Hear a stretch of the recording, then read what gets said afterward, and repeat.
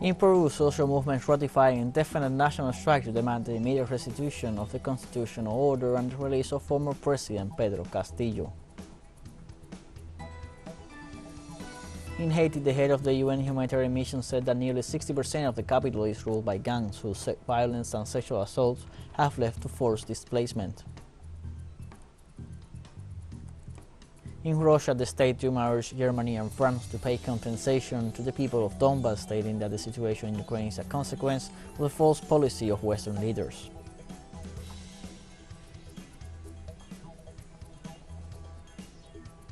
Hello, welcome to From the South. I'm Luis Alberto Matos from TeleSUR studios in Havana, Cuba. We begin with the news.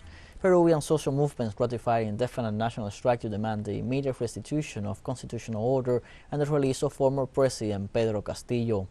Different sectors and social movements declared themselves in popular insurgency against the coup d'etat planned and carried out by Congress against Pedro Castillo. They also called for a general strike starting on Tuesday, December 13th, and a national day of struggle for Wednesday, December 15th. They also demand a new patriotic, ecological, and plurinational constitution, as well as an immediate call for new general elections under a new social contract. They demand also the immediate release and the restitution of all rights of former President Pedro Castillo, who is detained in the National Directorate of Special Operations of the National Police.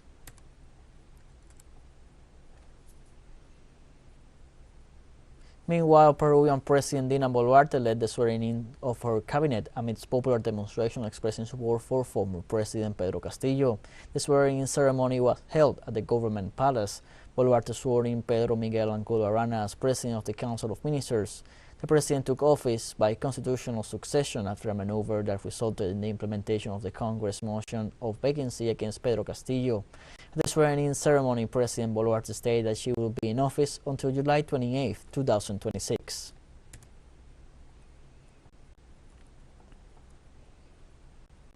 Earlier, the Third Constitutional Court of Peru's Superior Court of Justice declared inadmissible the habeas corpus lawsuit filed on behalf of Pedro Castillo. Judge John Paredes ruled that the request made by Castillo's defense should be closed definitively. The habeas corpus was filed against the police officers of the Special Operations Directorate.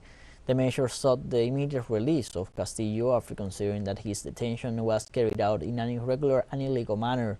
With the resolution of the court, Castillo's immediate freedom is compromised.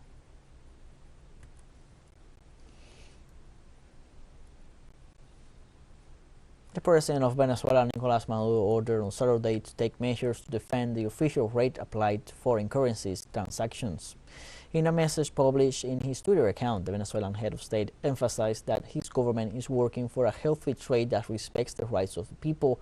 In this sense, he detailed that the evolution of the economy in the country will be monitored through the different government agencies to guarantee that foreign currency transactions are based on the legal rate established by the Central Bank of Venezuela.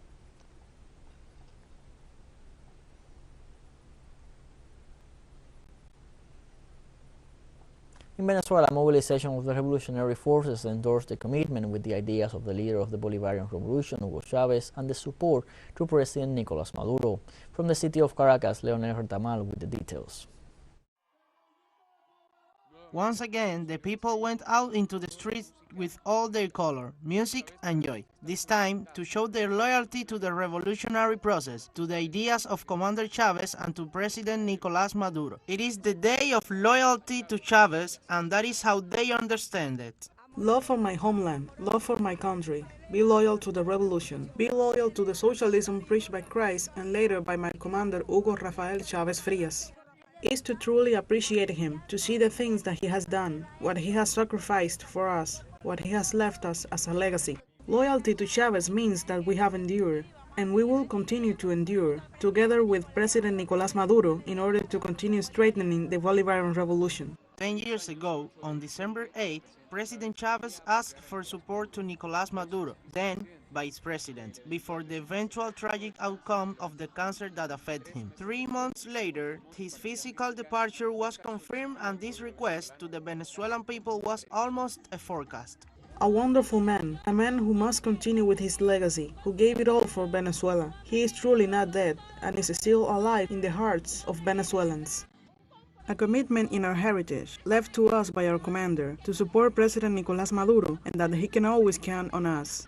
Comandante Chavez announced that difficult times will come, and these 10 years confirmed political turmoil, violence, and the unilateral sanctions and economic blockade against the country. It has been difficult because, as he said, we were already coming from the coup, from the sanctions against Venezuela, and in the last 10 years they became stronger.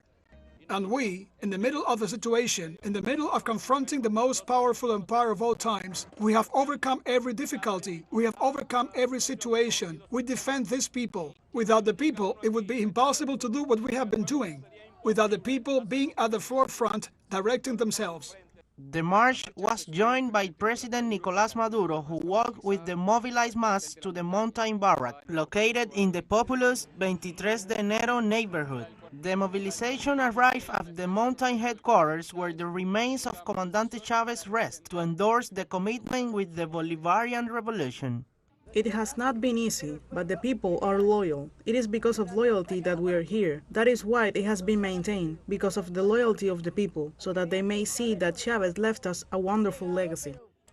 A new deployment of the street muscle of Chavismo, a people that with joy and commitment has conquered its leading role thanks to the path opened by Chavez. Leonel Retamal y José Rondón, TeleSUR, Caracas, Venezuela.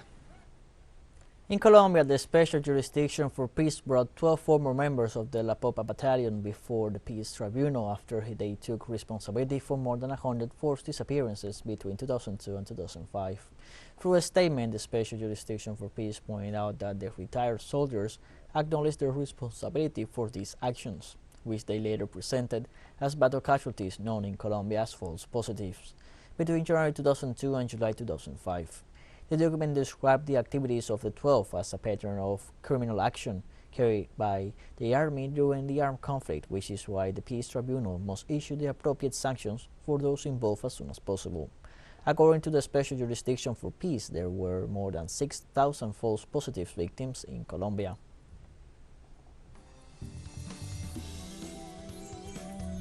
Let's take a short break, but first remember you can follow us on TikTok at the account at TeleSUR English, in which you'll be able to see news in different formats, news updates, and much more. Other stories coming up, stay with us.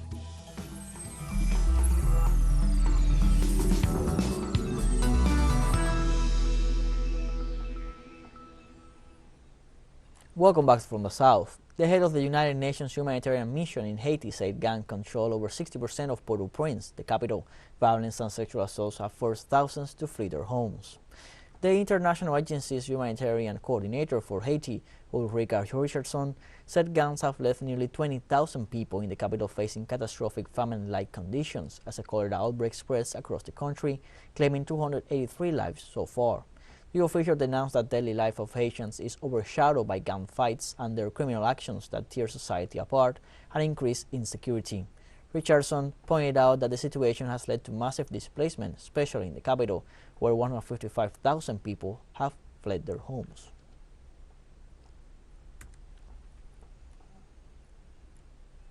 Human rights organizations in El Salvador, along with relatives of the victims, held several events this Saturday commemorating the 41st anniversary of the El Mozote massacre that took place in December 1981. According to the Human Rights Promotion Association of El Mozote, the march left at 8 a.m. local time from the municipality of Arambala and arrived at the village of El Mozote, where a mass was held. Meanwhile, on Monday, December 12th, a commemoration ceremony will take place in the community of La Joya, joined by a mass and a tour of the monument honoring the victims. Meanwhile, the Legal Medicine Institute will deliver 11 remains to the victims' relatives to bury them on December 14th.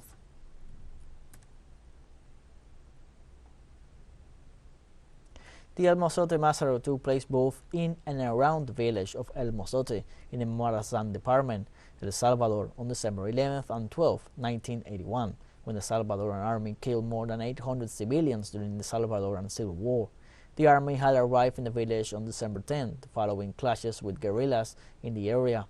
The Salvadoran Army's Untitled Battalion was responsible for the massacre. Government authorities reported that another 700 people who survived the massacre fled the area. As a result of the war, more than 75,000 people were killed, at least 7,000 missing, and thousands displaced.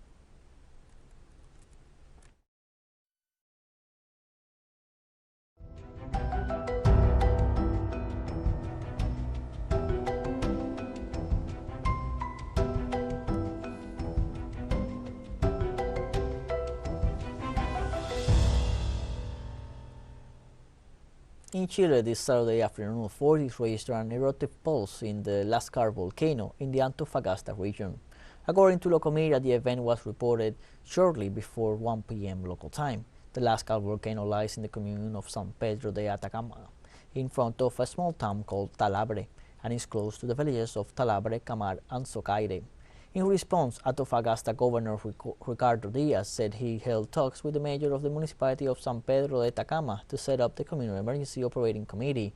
The governor also detailed that at present municipal personnel were transferred to the town of Talabre to verify whether a preventive evacuation of the residents of the surrounding areas was required.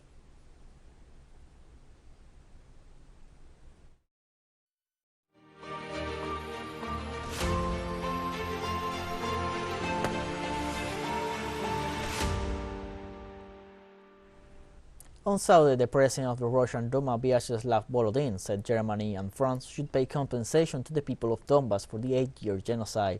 The Speaker of the Duma pointed out that the deliberate violation of the Minsk agreements is a crime for which the former German Chancellor Angela Merkel and the former leaders of France, François Hollande, and of Ukraine, Pyotr Poroshenko, must answer.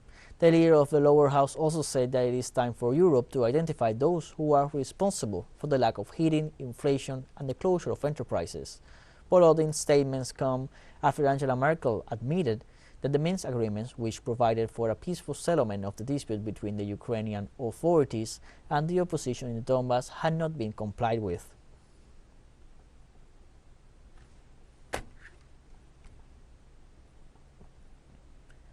On the other hand, the permanent representative of Russia to the United Nations, Vasily Nevencia, pointed out that Kiev authorities are literally seeking to raze Donetsk to the ground with Western weapons in this regard. The diplomat also detailed that in the last week there has been a real massacre in Donetsk with different weapons and shelling encouraged by Western states, while the Ukrainian punishers seek to take the capital at any cost and by any means.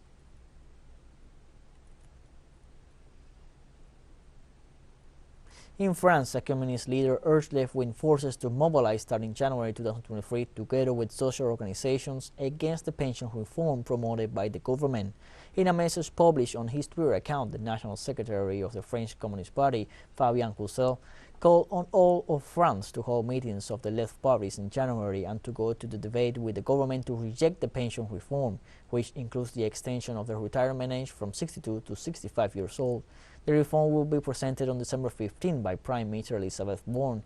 The Prime Minister announced the reform would be implemented in the summer of 2023, with the generation born in the second half of 1961 as the first to be introduced until it reaches all retirees in 2031.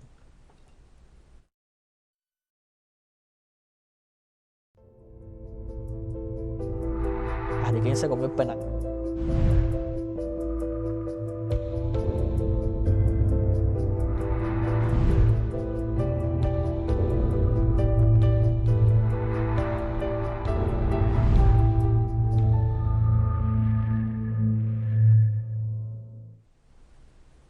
The Chinese National Health Commission reported more than 3,000 locally transmitted confirmed COVID-19 cases and 48 imported ones.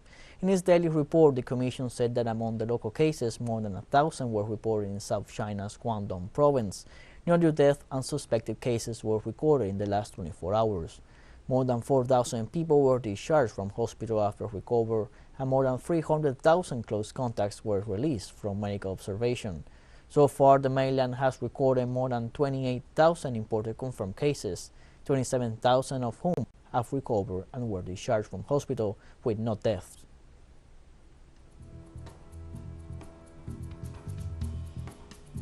We have more news coming up after a final short break, so don't go away.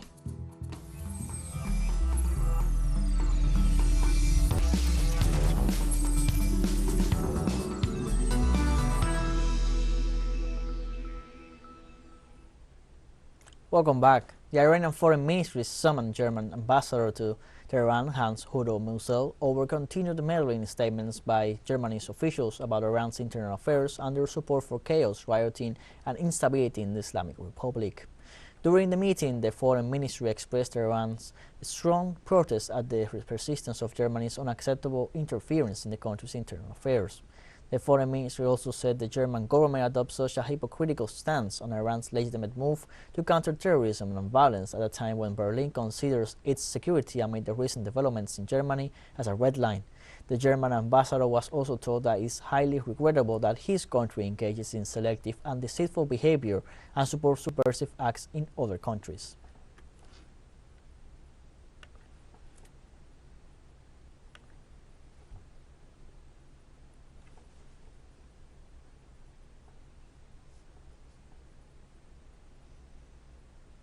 Tens of thousands of opposition supporters rallied in Bangladesh capital on Saturday to demand the government of Prime Minister Sheikh Hasina resign and install a caretaker before next general elections, expected to be held in early 2024. The supporters of the Bangladesh Nationalist Party, headed by former Prime Minister Khaleda Zia, reached the protest venue in Dhaka overnight amid tight security, while Home Minister Asaduzzaman Khan warned of dire consequences in case of violence from the rally. Hasina and her ruling Awami League party, which returned to power in 2018 for the third consecutive time, have repeatedly ruled out the opposition's demand, saying a caretaker government goes against the spirit of the country's constitution.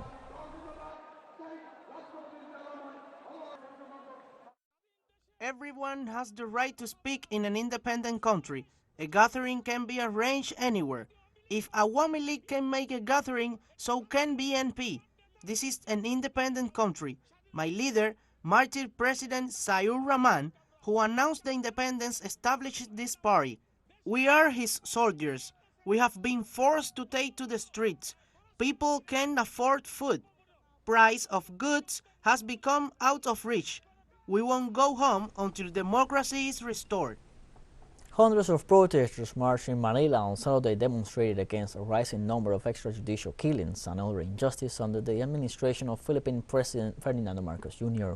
The demonstrators, led by the rights group Alliance Karapatan, gathered at the public square in the capital before marching towards the presidential palace to demand justice for victims. Police estimated around 800 protesters took part in the rally, which coincided with International Human Rights Day. Karapatan Secretary General Cristina Palabay said under the Marcos administration's counterinsurgency campaign, the group has documented at least 17 cases of extrajudicial killings, in addition to 4 other incidents of violence where victims survived.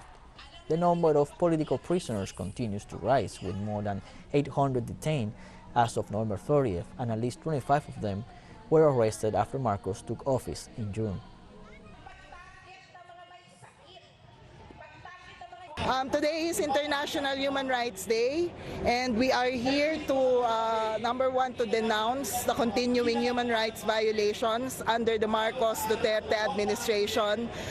Number two, to denounce the dire injustice in the numerous cases of extrajudicial killings and various human rights violations during the past administration, things that are not made, that have not been rendered justice until now.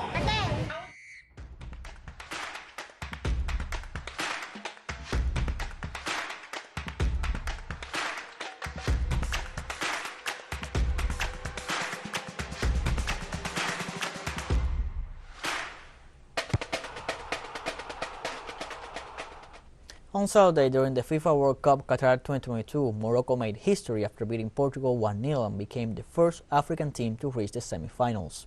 A Youssef N'Siri goal before the break was enough for Morocco to grab a hard-fought victory against Portugal. Morocco sat deep from the off and tried to threaten Portugal on the counter whenever they got the opportunity before the break. The Portuguese national team dominated the ball, with João Felix being particularly lively in the final third, but failing to find the back of the net on 2 occasions.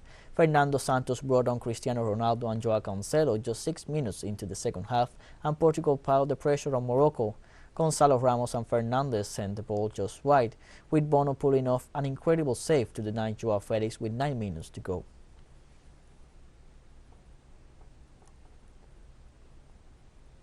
And as the hearts of millions of fans live the emotions of the Qatar 2022 World Cup, TeleSUR joins this sporting event with From the Field, a show that brings news, analysis, reviews, and more to our audience. Don't miss it, our show airs at 1 p.m. local time in Caracas and 12 p.m. New York. Remember, From the Field, only on TeleSUR. We have come to the end of this news briefing. You can find these and many other stories on our website, telesurenglish.net. You can also join us on social media, Facebook, Twitter, Instagram, Telegram, TikTok. For TeleSUR English, I'm Luis Alberto Matos. Thank you for watching.